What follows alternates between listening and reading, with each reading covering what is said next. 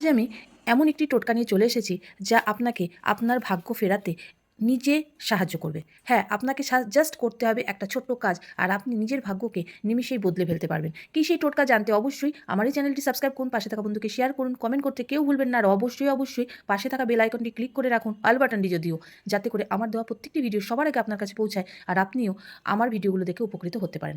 তো চলুন জেনে নেওয়া যাক কি সেই টোটকা। এই যে 708 নাম্বার, আমি এর আগে বহু ভিডিও দিয়েছি, আজকে আবারও দিচ্ছি।